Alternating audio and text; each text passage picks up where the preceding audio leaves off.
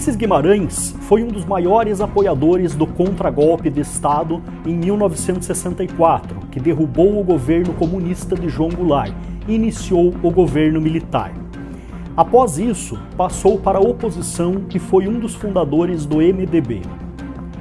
Em 1985, se tornou um dos principais organizadores do movimento pela redemocratização, chamado de Diretas Já, que acabou não tendo resultados imediatos. Dessa forma, Ulisses tentou ser candidato à presidência da República em 1985 pelo PMDB, mas as articulações políticas da época acabaram levando à eleição de uma chapa mista, com Tancredo Neves como candidato e José Sarney como vice. Entre 1987 a 1988, Ulisses presidiu a Assembleia Nacional Constituinte, que promulgou em 5 de outubro de 1988 a nova Constituição. Porém, acabou morrendo em um acidente aéreo de helicóptero, ao largo de Angra dos Reis, no Rio de Janeiro, em 12 de outubro de 1992. Dos 5 mortos nesse acidente, o corpo de Ulisses Guimarães foi o único que nunca foi encontrado. Devido a seu protagonismo político, muitos especulam que sua morte poderia ter sido semelhante à do ex-presidente Juscelino Kubitschek. Segundo essa teoria, ambos os acidentes foram resultados de sabotagem. A motivação para o assassinato de Ulisses Guimarães seria o fato dele ter sido um dos principais artífices do impeachment contra Fernando Collor de Mello, no mesmo ano de sua morte.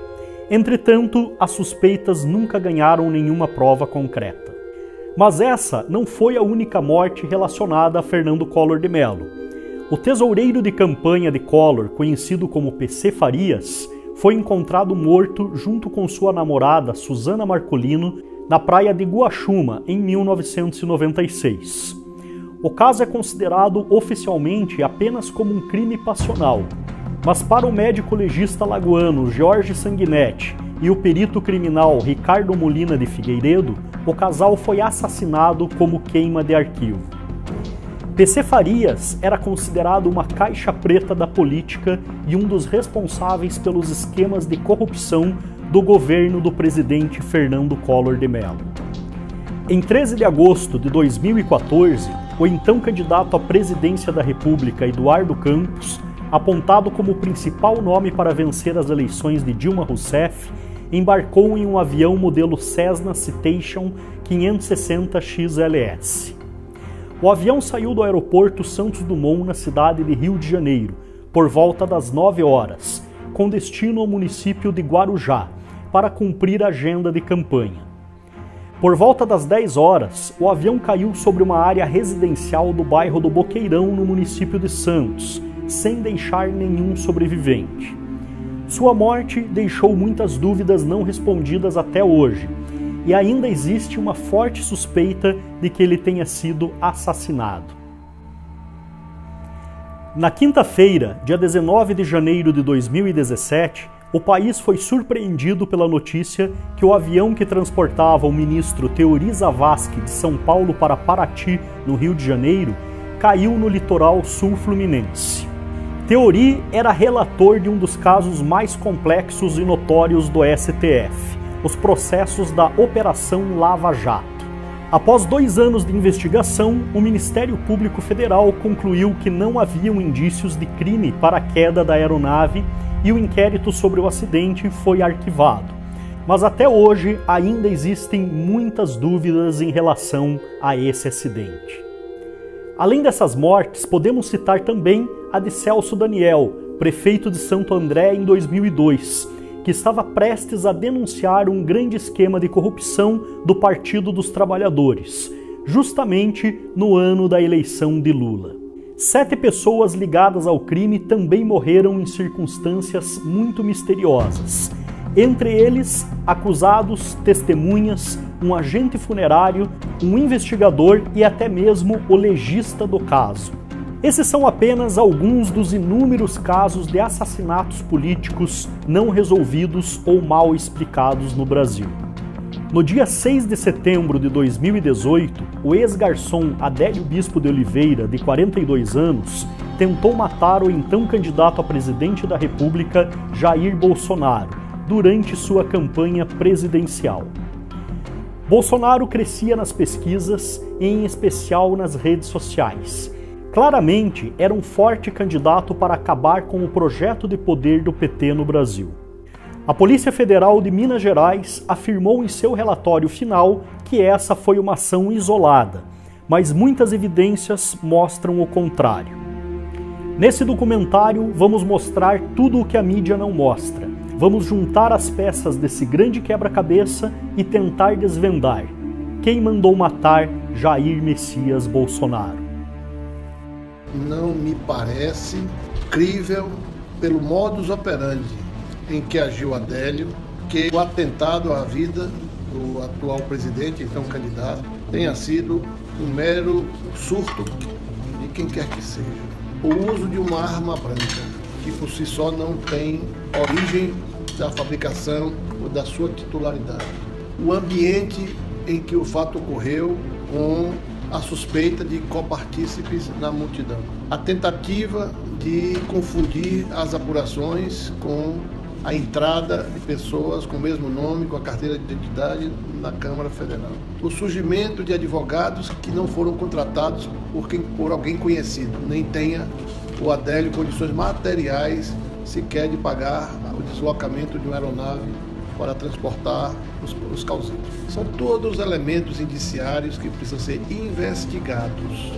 Creio que ainda é tempo da Polícia Federal, do Ministério Público Federal, atuando em conjunto, buscar a verdade real do atentado que sofrido pelo presidente. O senhor, há poucos meses, disse que a facada da qual o então candidato foi vítima, que seria mentira, não seria verdade.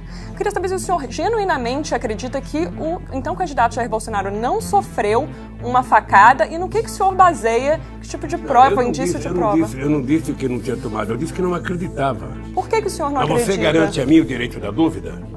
Tenho suspeitas. Agora, se aconteceu, aconteceu. O senhor acha que o senhor contribui para tornar um ambiente menos radical, menos tóxico de desinformação, ao propalar suspeitas sem indícios de provas? Deixa eu falar uma coisa para você. Eu falei com muita tranquilidade desde o dia que aconteceu aquilo, porque eu não vi sangue. O Bolsonaro deu uma entrevista assim que chegou no hospital, ele foi internado, já tinha um senador fazendo uma entrevista com ele. Isso foi depois. E eu te confesso que eu fiquei com muitas dúvidas. Mas se você tem certeza, eu sou até capaz de ter a sua palavra como veracidade. Presidente, não é questão da minha palavra, A gente teve um atendimento na Santa Casa de Juiz de Fora, uma internação no Albert Einstein, por exemplo. O senhor acha, se a sua suspeita se baseia, por exemplo, na possibilidade de que os médicos estão num conluio para fazer uma encenação fake? Você acredita que é uma facada? Acredito. Então acredite você. Morreu assim.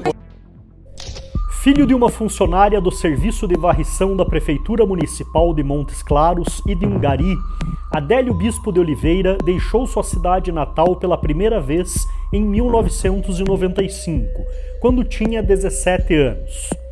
Nos 23 anos antes de ser preso, Adélio Bispo trabalhou poucas vezes com carteira assinada. Também mantinha uma rotina pouco comum, mudando-se com frequência para municípios de vários estados no mesmo ano e para casas em bairros diferentes numa mesma cidade. Não costumava ter amizades muito próximas e também não se relacionava com seus vizinhos. Esses fatores todos somados constituem o perfil ideal para um criminoso que não deixa rastros ou conexões. Em 2007, Adélio se filiou ao PSOL, no diretório de Uberaba, no Triângulo Mineiro. De acordo com sua filiação, ele trabalhava como servente de pedreiro sem carteira assinada. Um ótimo disfarce para alguém que poderia, na verdade, ter outros tipos de atividades. Durante esse período, existem registros de imagens dele se manifestando nas ruas contra a prefeitura administrada por Anderson Adalto, prefeito que pertencia ao PL e posteriormente se filiou ao PMDB. De acordo com declarações do presidente do diretório do PSOL, onde Adélio era militante, ele não chegou a participar de reuniões expressivas e se manteve apenas em atividades nas ruas. Enquanto esteve em Uberaba, Adélio manteve o mesmo modus operandi. Morou por curtos períodos em muitos bairros. Apesar de sua vizinhança não ter lembrança de seus hábitos, todos concordam que ele era uma pessoa normal, sem queixas da comunidade nem problemas com a lei. Mais uma vez, o perfil de quem não apresenta problemas mentais e quer se manter longe dos olhos da polícia. Uma informação muito importante é que Adélio morou em Uberaba apenas em bairros considerados de baixa renda. Porém, em 2009, ele ressurgiu em Santa Catarina, morando no bairro de Itacorumbi, em Florianópolis, local considerado de classe média, apesar de constar que continuou trabalhando em lugares com baixa remuneração antes dos atentados. Nessa época, também emitiu um passaporte em seu nome, coisa que não é comum para um suposto servente de pedreiro sem carteira assinada e com baixa renda. 3 anos depois, em 2012, Adélio retornou à sua cidade natal, Montes Claros. Segundo parentes, ele ajudou a cuidar de suas sobrinhas e chegou a trabalhar por um mês como garçom em um hotel no centro. A passagem em Montes Claros foi muito rápida, sendo que ele próprio pediu demissão. Colegas de trabalho comentaram que ele desempenhou bons serviços e não teve qualquer tipo de incidente que o desabonasse. Ou seja, novamente não existem registros de um comportamento fora do normal, de uma pessoa considerada inimputável. Os primeiros registros policiais sobre Adélio aconteceram apenas em 2013, quando ele retornou para Santa Catarina. 2 ocorrências policiais nada comum foram registradas contra ele. Uma delas foi pela invasão de um canteiro de obras em Itajaí, e a outra em Capivari de Baixo por furto, onde ele teria roubado um cartão do ponto de obra em que trabalhava.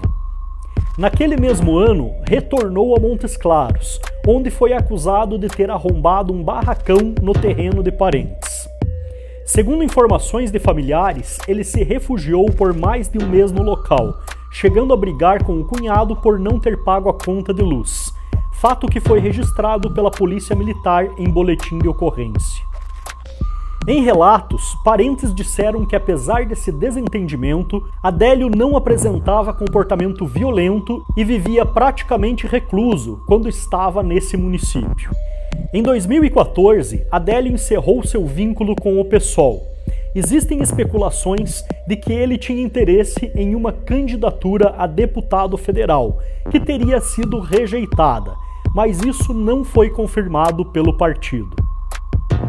Em 2018, começaram a aparecer os primeiros fatos que ligam Adélio antecipadamente ao atentado contra Bolsonaro, deixando claro que dificilmente ele teria cometido o crime sozinho, ou pelo menos sem o financiamento de alguém.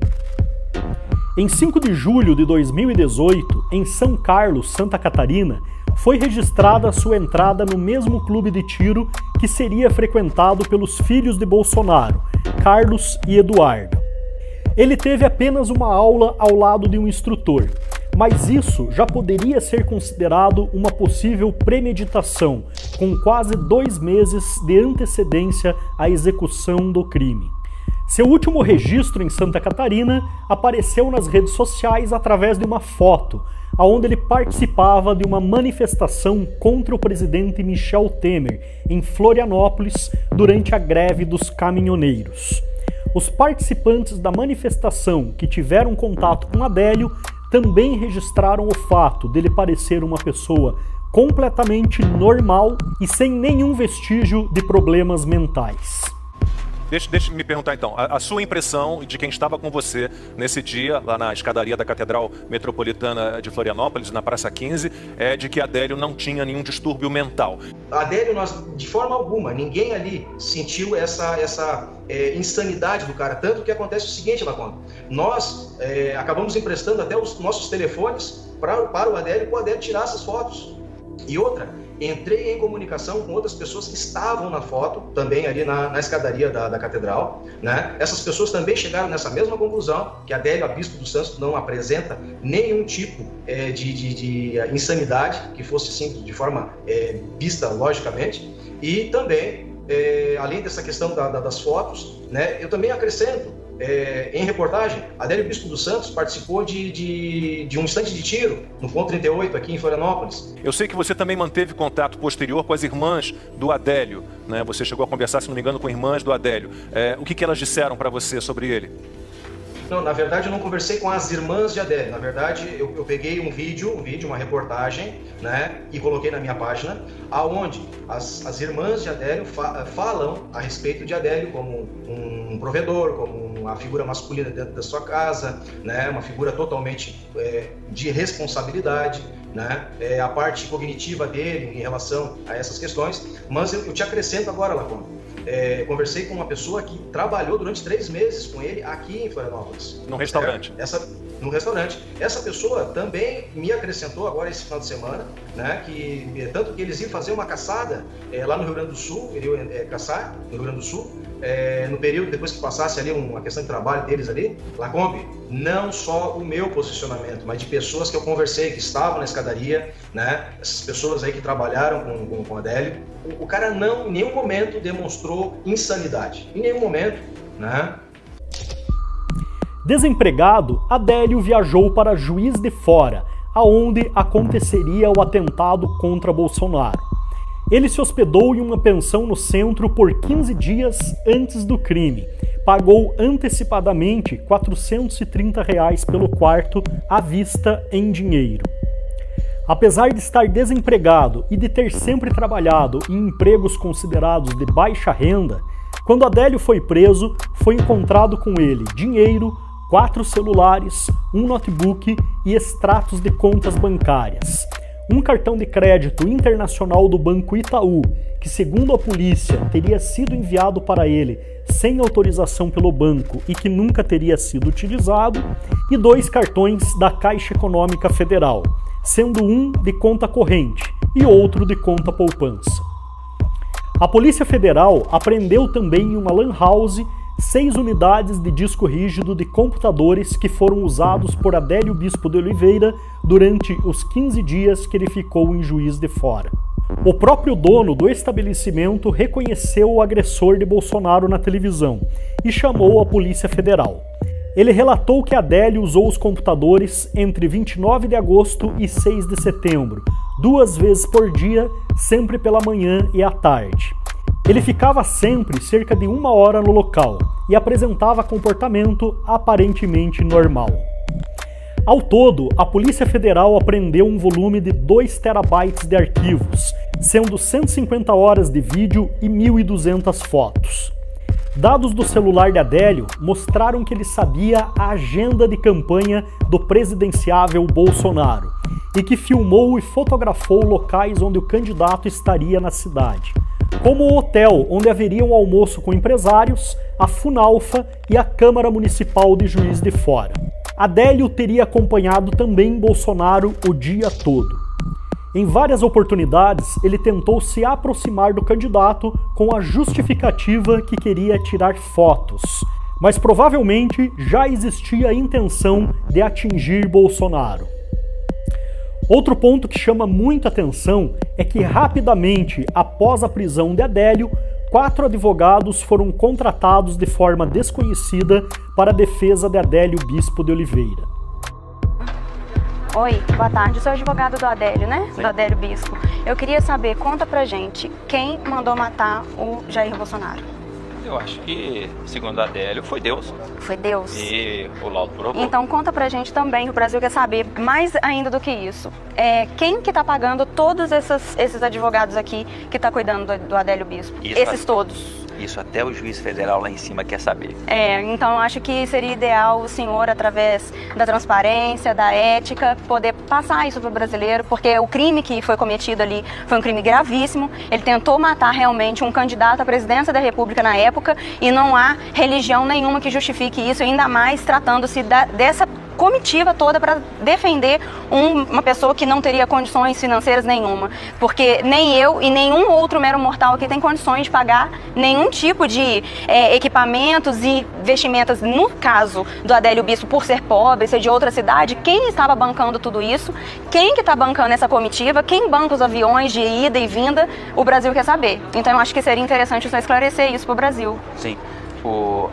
Como nós vivemos no Estado Democrático de Direito, nós temos de ter, antes de mais nada, apego à legalidade. A defesa, ela não combate o fato de ter sido uma monstruosidade, um ato agressivo, um desrespeito ao direito de sufrágio, ao direito regular de eleição, num Estado onde o direito é posto. E nós temos um código deontológico que é o nosso Estatuto da Advocacia, que é a Lei Federal 8.906/94.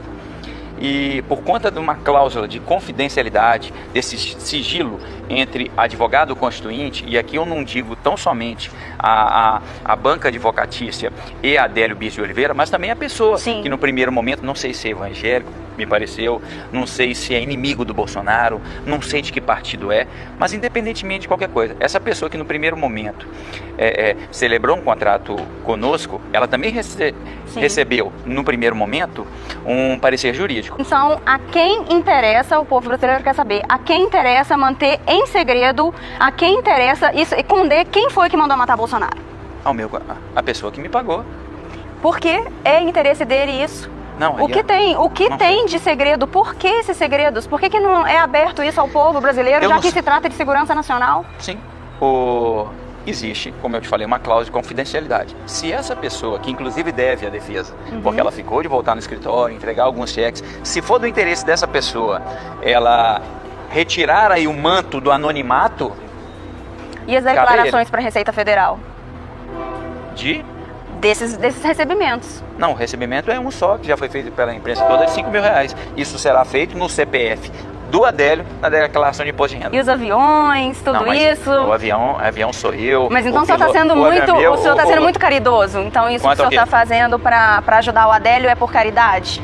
Porque nenhum povo brasileiro consegue, ninguém, nem eu, nem nenhum desses aqui consegue bancar uma defesa com esse batalhão e com todos esses necessários aí, esses penduricalhos na defesa de um criminoso que já se mostrou que veio. Eu não sei se você está ciente, mas todos os advogados aqui já disseram isso, não só ao juiz federal hoje, mas também na Polícia Federal, de que tirando aquele primeiro contato em que a pessoa me pagou, eu, Zanoni, no interior do meu escritório, a partir daí, todas as despesas foram bancadas por algumas emissoras de televisão, não vou citar um nome para você, nem para o Brasil, e também por todos os advogados que ficarão nesse processo até o fim. Não temos nada contra o presidente Bolsonaro, desejamos vida longa ao presidente Bolsonaro, um bom governo, mas a defesa não descansa.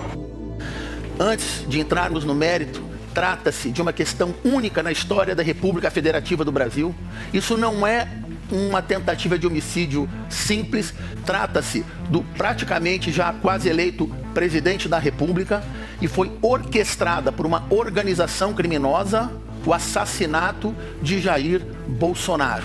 Respondendo a sua pergunta objetivamente, eu não imagino, eu afirmo aqui a todos nessa sala e ao Brasil, Adélio Bispo é um assassino profissional com técnicas de como manusear uma faca e nos detalhes agiu de forma cautelosa e profissional para assassinar o presidente da República.